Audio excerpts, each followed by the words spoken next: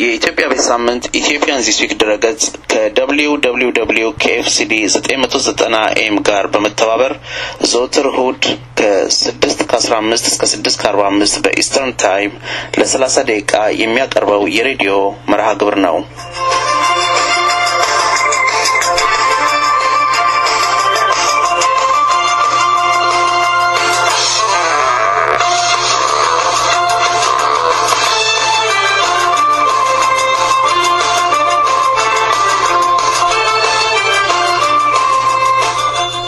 ፕሮግራም አዝናኝ ጽሁፎች ዝግጅቶችና አስተያየቶች እንዲሁም ማህበራዊ ኑሯችንን የምንዳስባቸው ዝግጅቶች ይቀርባሉ።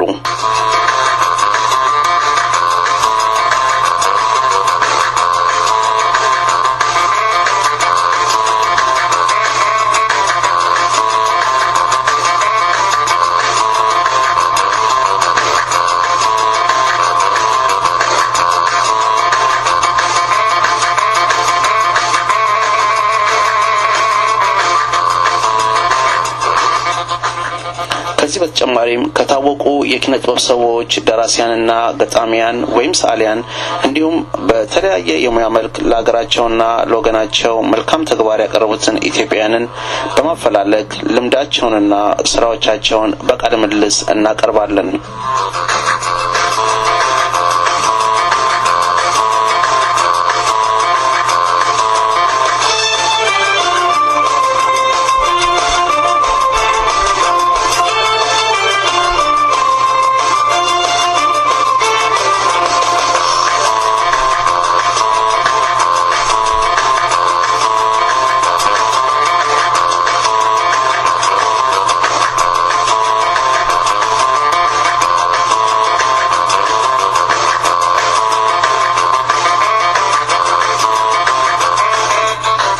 ፕሮግራማችን በቀጥታ ዘወትር እሁድ በwww.kfcd990am ከ6:15 እስከ 6:45 በኢስተርን ታይም ወይንም ከ5:15 እስከ 5:45 በሴንትራል ታይም የሚተላለፍ ሲሆን በዚህ ሰዓት ፕሮግራማችንን መከታተል ያልቻላችሁ አድማጮች በድረገጻችን ውስጥ www.ethiopianzisweek.com እና በፌስቡክ አድራሻችን በመግባት ፕሮግራማችንን ልታገኙአቸው እንደምትችሉ እንገልጽላችኋለን።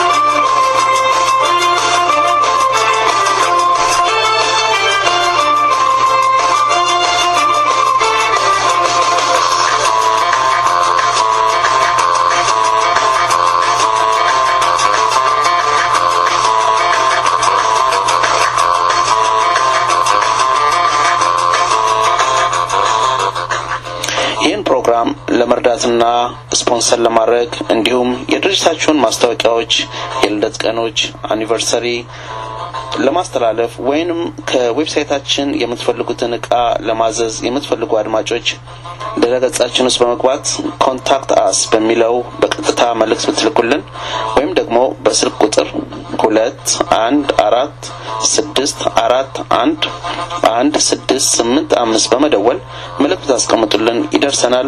ስላስተያየታችሁም እናመሰግናለን።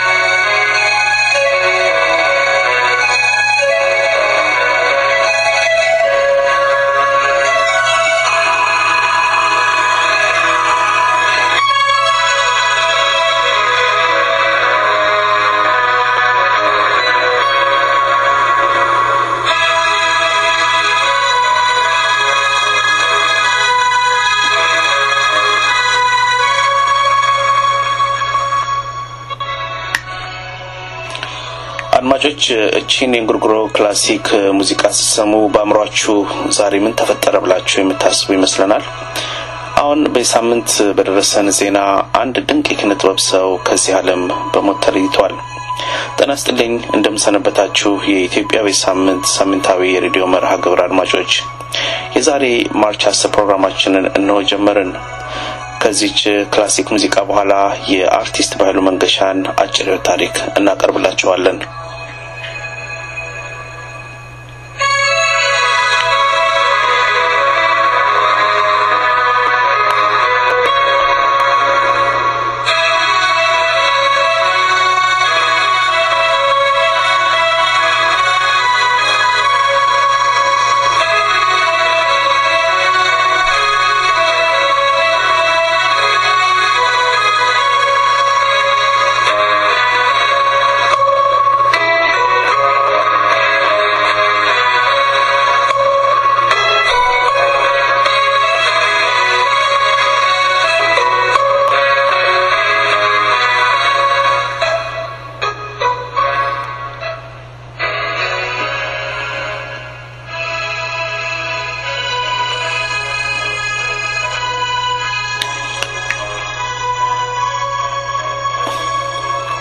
በኢትዮጵያ የቲያትር ሙያ ተደናቂና ተወዳጅ የነበረው አርቲስት ባህሉ መንገሻ በተወለደ በ57 ዓመቱ ማርች 3 2013 ወይንም የካቲት 24 2005 ዓ.ም ነዋሪ ሆኖ በቆየበት በሰሜን አሜሪካ ከዚህ ዓለም በሞት ተለየ።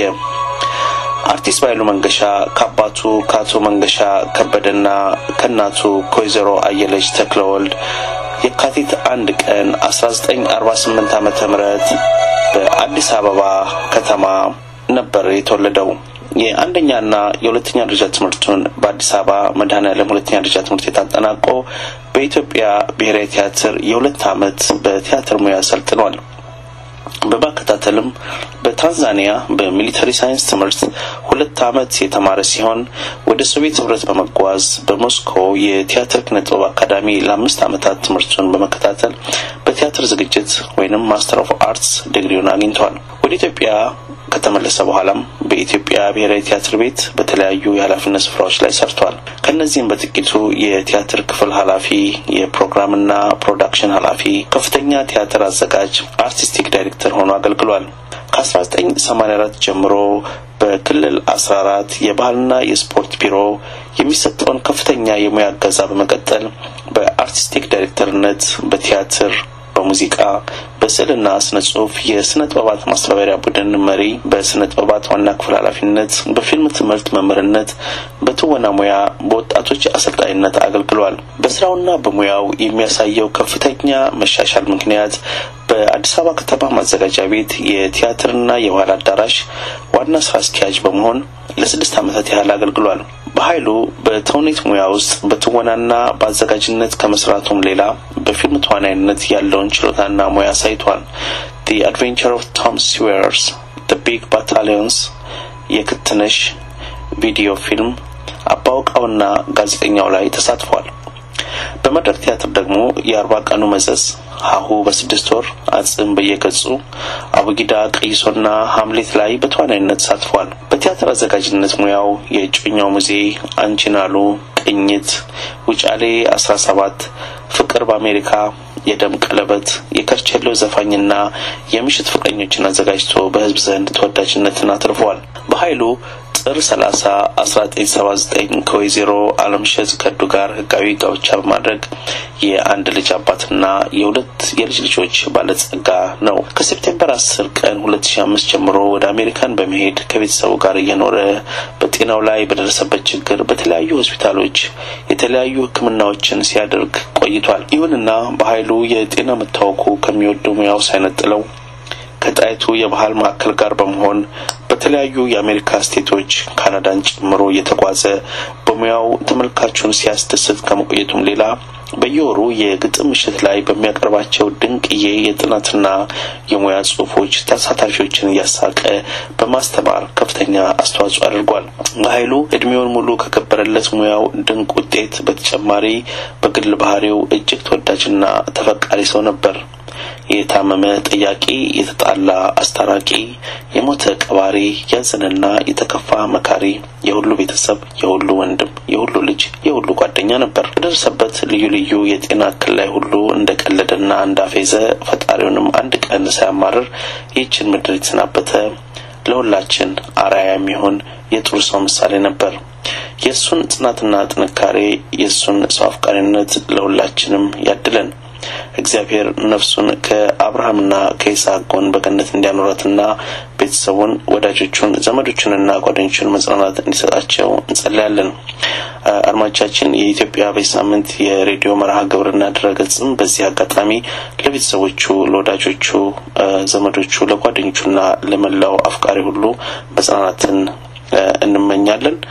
ከላይ ያገኘነው ጽሁፍ ያነበብንላችሁ በአርቲስት ዓለም ፀሐይ ወዳጆ ይሄው ታሪኩን በተመለከተ የተዘጋጀው ነበር።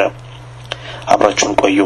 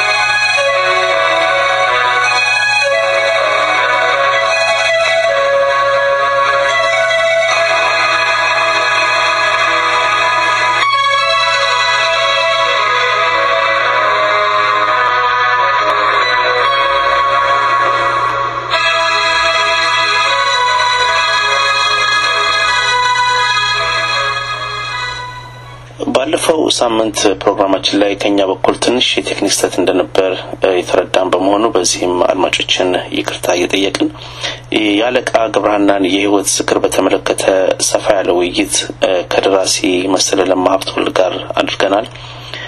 ውይይቱ በጊዜ ጥበት ምክንያት አልተገባደደም። በእርግጥ አድማጮች እንደተከታተላችሁት ይህ ድርሰት አይደለም። ድርሰት በእኛ እምነት የፈጠራ ስራ ያምሮ ጭማቂ ነው። ድርሰት ብለን ለመናገር እንቸገራለን። ምክንያቱም ደራሲ መሰለ ለማ ምርምርና ጥናት ነው ያካሄደው ባለቃ ገብረሃና ህይወት ላይ ከሀገር ውስጥም ከሀገር ውጭም በቪዲዮም የተለያዩ ጽሁፎችን በማሰባሰብ አለቃ ገብረሃና በተወለዱበት ቦታ በመሄድ ብዙ ጥናቶችን አድርጎ ነው ያቀረበውና ሰፋ ያለ ዳጎስ ያለ መጽሐፍ ነው የጻፈው። በዚህ ጉዳይ ላይ ውይይታችን እንቀጥላለን ጊዜ እንደፈቀደ። ይህን መጽሐፍ ገዝታችሁ ወይም አግኝታችሁ ብታነቡት ብዙ ቀጣይነታላችሁ ብለን እንመክራለን። amazon.com ላይ ብትገቡ ልታገኙት ትችላላችሁ መጽሐፉን። ወይም ደግሞ እኛን ብታነጋግሩን እንዴት ልታገኙት እንደምትችሉ ልንጠቁማችሁ እንችላለን። ዛሬም እንግዲህ ወደ ቀሪው ውይይታችን እንሄዳለን። በዚህች የጥላሁን ገሰሰ የመሸጋገሪያ ሙዚቃ ወደሚቀጥለው ውይይታችን ዛሬም እናመራለን።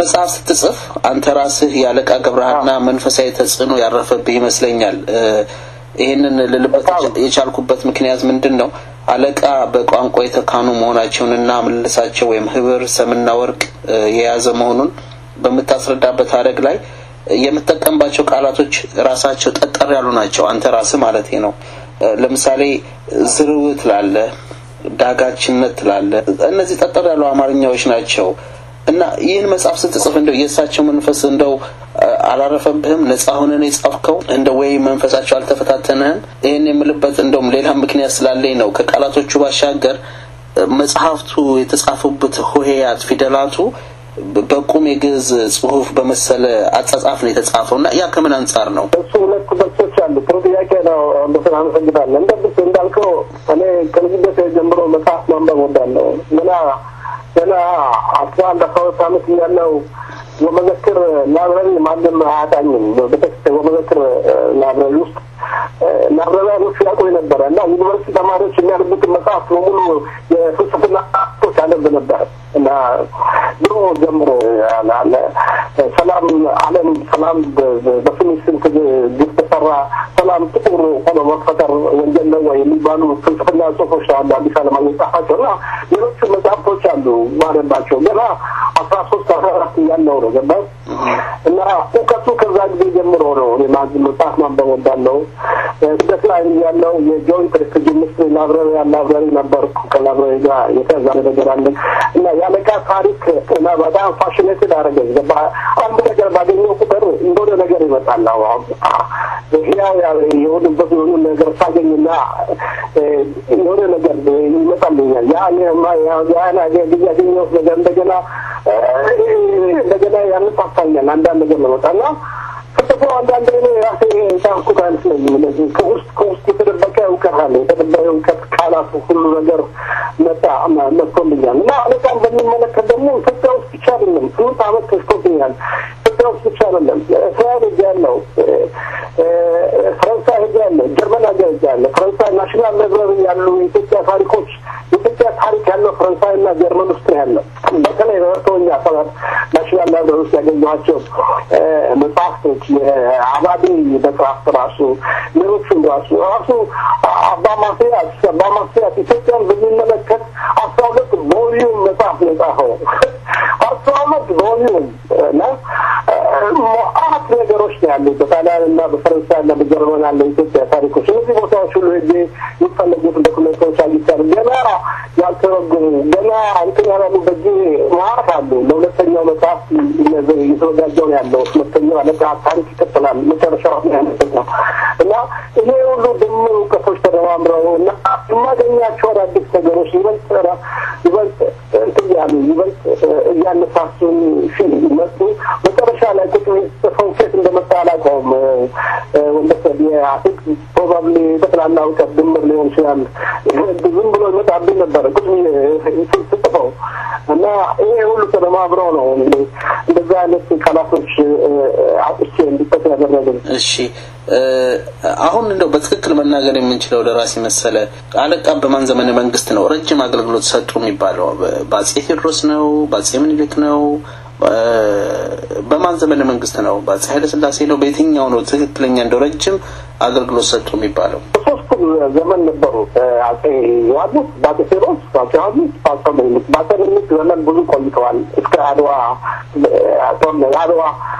ጦርነት ከደረሱ በፊት ነው ወደ ሀገራቸው አሸምግለው ወደ ሀገራችን ግልና አርገው ይሄዱት እና ብዙ የቆዩት በምኒልክ ጊዜ ነው ግን በቴዎድሮስም ብዙ ቆይተዋል አገር አብዛኛው ቆዩት በምኒልክ ጊዜ ነው የተወለዱት በ1814 ዓመተ ምህረት ነው በህዳር ወር ከነው አናቆም ከነው ፈለክ ለማግኘት ከነው ማግኘት አልቻለም ማጀን 1814 የኔና ራሱ አሁን ወደ 67 ዓመት ነው አመት አገረቱን እንድታጎጂ ከነው እንኳን አታቆም በባይት እንደተወለዱበት ግን ማጀን 1840 እና ከነው ማግኘት ራሱ ቀላል ነገር አይደለምና ያ በ1814 የተወለዱት በሶስቱም ነገስታት ዘመን ነበሩ አብዛኛው ጊዜ በምኒልክና በቴዎድሮስ ጊዜ ነበሩ አብዛኛው ጊዜ ስለዚህ ከአጼ ዮሐንስ ጀምሮ ነበሩ ማለት ነው ከአጼ ዮሐንስ ጋር ነበሩ ከዛ በኋላ ወደ አጼ ቴዎድሮስ ከዛ በኋላ አጼ ዮሐንስ ከዛ ምኒልክ ኦኬ አዎ ካዚቴር ኦኬ እሺ ለበሶስቱም ነበሩ ማለት ነው ጥሩ እሺ የአለቃ ገብረሃና መኖሪያ ቤታቸው ነው ሙሉ ስማቸው ማን ነው ይሄንን እንደውም አንድ ቦታ ላይ እዛ ቪዲዮ ላይ መስለኛል ቤታቸውን ተዘዋውሬያቸዋለሁ የሚል ነገር አንብቤያለሁ ወይም ደግሞ በቪዲዮ ላይ አይቻለውና አንደኛ ቤቱ ምን ይመስላል እና ምን ታዝባሃል እና ሙሉ ስማቸው አሁን አለቃ ገብረሃና እንግዲህ የቤተ ክህነት ስማቸው ይመስለኛል ሙሉ ስማቸው ማን ነው ወይም ወላጆቻቸው ያወጡላቸው አለቃ ገብረሃና ሙሉ ስማቸው አለቃ ገብረሃና ደስታ ተገኝ ነው ባታቸው ስም ደስታ ነው ያታቸው ተገኝ ነው እና ባታቸው ወዘሮ መልካሜ የማ ነው የናታቸው ስም እንዳፈዳየው እንዳ ቪዲዮ ላይ እንዳየው የተወለዱበትን ያደጉበትን ያው ናባጋ ጊዮርጊስ ቤተክርስቲያን ነው ናባጋ ጊዮርጊስ ቤተክርስቲያን ካለቃ የብርሃንና ዘነት የ100 ሜትር ርቀት አለው ግን ቤተክርስቲያኑ ከበኋላ ወደታ መሰለሽ ሲሉ ለሩቅ ቦታ ነው ደግሞ ነበር ቦታ ነው ተራራ ተከትሎ ያለው ሩቅ ነው ስለካራ ሲጋለው አሉ የገታ ሰዎች ሲጋለው ብለው አንዳንዴ ተራራ ነው ይወርዱና እሺ ብዬ ካላለ ሰብቻቸው ሄርኩ እንዳሉት ታደለም ለመተነሰብ ልዩነት አለ ያው ቪዲዮ ላይ እንደተገለጸው መኖሪያ ቤታቸው ሁሉ የነበረው ፈርሶ የፈረሰበትን ቦታ ሁሉ አሳይተውኛል አካባቢው የፈረሰበት ቦታ የቡና የዋንዛና የሸምበቆ ተክል እንዳለበት ታውቃለህ ሸምበቆው ካለቃ ገብረሃና ህይወት ጋር የተያዘ ነው ከፍልስፍናቸው ጋር ሁሉ አካባቢው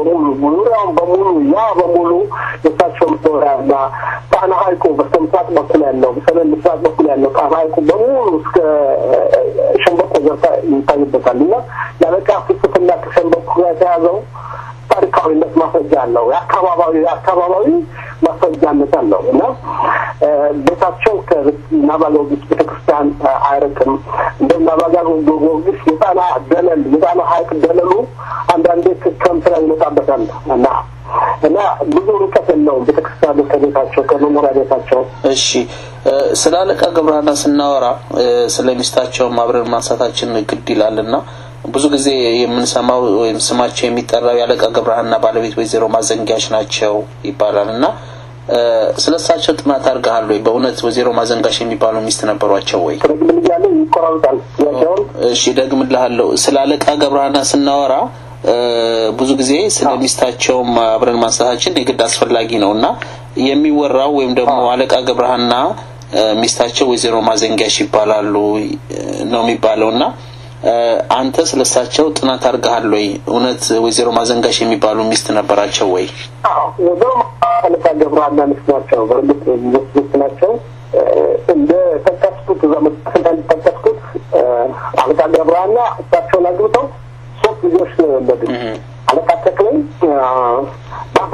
ባፈና እና አለቃ ስሙን የሚባሉ ሶስት ልጆች ወለዱት ባፈና አንድ ልጅ ወልዳ ሞታለች ያቺ ልጅ አደለ ለብቻው አለጋው ለብቻው አንድ ልጅ ወልዳ ልጅቷ ባህዳር አለች ከዚህ ላገኛት ሞከርኩ አላገኘኋትም ባለታችን ዘር በኩል ደግሞ አለቃችን አለቃ ኃይሉ ወለዱ አለቃ ኃይሉ ደግሞ ገድቤ ወለዱ ከገድቤ በኢንተርቪው ላይ ያያቸው ስለነካም ገጽልን በቪዲዮ ላይ ያያቸው ታቻቸው በታሰላን ፎቶግራፋቸው ነስከብቻለሁ በአለቃ ተክሌ ዘር በኩል ደግሞ አለቃ ተክሌ ልጅ ወለደም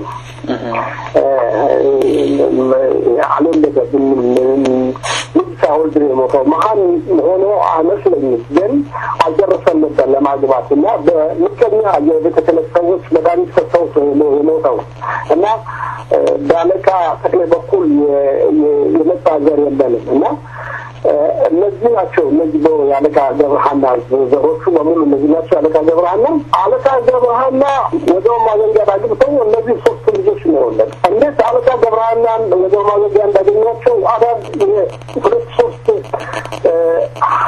ሀሳቦች ጽሁፎች አንብቤያለሁ። አለቃ ገብረሃና አንድ መኳንንት ቤት ተጋብዘው በመጠጥ በተዝናኑ ፈክረው የመኳንንቱ ልጅ ወይዘሮ ማገኛ ነበሩና ወይዘሮ ማገኛ አለቃ ገብረሃና ይፈልጓቸው ነበርና ለማምራት እና አስሯቸው አረከቷቸው ምንኩስናቸውን አረከቷቸው ምን አይቻለሁ። ለሱ ማስረጃ ማግኘት አልቻልኩም። ግን መቼና በምን እንደተገናኙ እንትና በጣም ታሪክ ለማግኘት በዛ በድግሱ በኋላ የዘር ማገኛ ያገኘው ሳይቀበሉ ግን አለቃን በሌላ መንገድ ነው ያገኛቸው። አለቃ ገብረሃና ማገኛ በቁለላ በሚባል ቦታ ውስጥ የሚኖሩት እዛ ነው ያገኟቸው። ምናልባትም ከሸዋ ሲመለሱ ለእረፍት አንዳንዴ ምን እየጠየቁ ለእረፍት ከሸዋ ይመለሱ ነበር። በዛ ቁለላ ሚካኤል ውስጥ አግኝቷቸው ነው ያገቧቸው። ይህንን ነው ማውቀው ስለ ወይዘሮ ማገኛ። ግን አለቃም በዚህ መለከት ነገር እንደምታውቀው እሳቸውን አግብተው ሶስት ነው ለብቻና በምሳሌ ላይ በሪሰርች ላይ እንዳገኘሁት አለቃ ገብረሃና ከንዶች ጋር በተለይ አደልተሪ ካላቸው በተለይ አደልተሪ ጋር ካላቸው ከንዶች ጋር አገናኝቷቸዋል። እዛ ማስረጃ ማግኘት አልቻልኩም። ምክንያቱም አለቃ እንደዛ የሚያደርጉ ኖሮ ማለት ቢያደርጉ ኖሮ ማለት ልጆች ሲኖራቸው ነበር ለወልዱ ነበር። ግን ሰውዬ ከአንድ ሴት አግብተዋል። ከዛ ሴት ሶስት ልጆች ነው የወለዱት። ሌላ ምንም ነገር የለባቸው። ምንም ነገር ያደረጉት ከዛ ጊዜ በኢሳፍሩ መሳፍንት ስታያቸው ስንት 20 ሚስቶች ነበሮቻቸው ከማስ ነበረ ተወዲያኔ የነበረበት ሰዓት ነበረ ገባ እና በዛ ሰዓት ውስጥ አለቃ ገብረሃና 20 ልጆች ሲኖራቸው ነበር። ግን እስካሁን ድረስ ያገኘናቸው ልጆች ሶስት ናቸው እና ከአደልተሪ ጋር የተያዙ ቀልዶች ሆነ ብለው አለቃ ገብረሃናን ክብርና ልዕልና ለማዋረድ የተደረጉ ሆነው ያገኘዋቸው የእሳቸው ልዕልና ክብር ምሁርነታቸው ከመኳንንቱ ጋር ብዙ ጊዜ ይጋጩ ነበረ። ሆነ ብለው የቤተ ክህነት ሰዎች ደግሞ አወዷቸው ነበረ።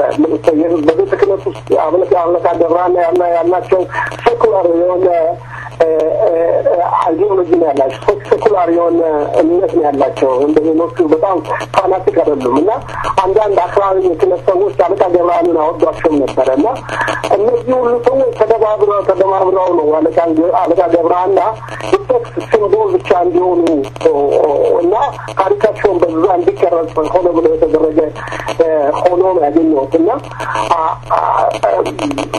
ሰው ናቸው ማለት ጋር አግብተዋል። እንደማንኛውም ሰው አግብተው በሞሶች ልጆች ወልደዋል። እስከ ማቆም እስከደረሱበት ድረስ ከሴክስ ጋር የተያዘው የአለቃ ገብረሃና ታሪክ ሆነ ብሎ የእሳቸውን ክብርና ልዕልና ለማዳፈንና ለማዋረድ የተደረገ ነው ብዬ ነው ያገኘሁት። አድማጮች ከደራሲ መሰለ ለማ ሀብተወልድ ጋር የጀመርነውን ውይይት አላጠናቀቅንም። ሰፊ ውይይት ነው ያደረግነው። ግን ካለን ጊዜ ጥበት አንፃር የሚቀጥለውን ክፍል በሚቀጥለው ሳምንት ይዘንላችሁ እንቀርባለን። እንግዲህ ሰዓታችን እየተጠናቀቀ ነው። አድማጮች ፕሮግራማችንን ለመከታተል እድል ያላገኛችሁ ያለፉትን ፕሮግራማችንን ለማግኘት በwww.kfcd 990 AM ዩስትሪም ላይ በመግባት እንዲሁም ደግሞ www.ethiopianthisweek.com እና ethioonyoutube.com በመግባትና ከዚህም በተጨማሪ በፌስቡክ አድራሻችን ልታገኙ ትችላላችሁ። በድጋሚ ፕሮግራማችንን ስፖንሰር ለማድረግ ወይንም እዚህ አካባቢ በቀላሉ የማታገኙአቸውን እቃዎች ለማዘዝና የራሳችሁንም እቃዎች ለመሸጥ ከፈለጋችሁ ለዚህ ያዘጋጀነው ፔጅ ስላለ ያንን መጠቀም ትችላላችሁ። እስከ ሳምንት ቸርን ሰንብት እያልን እንሰናበታለን።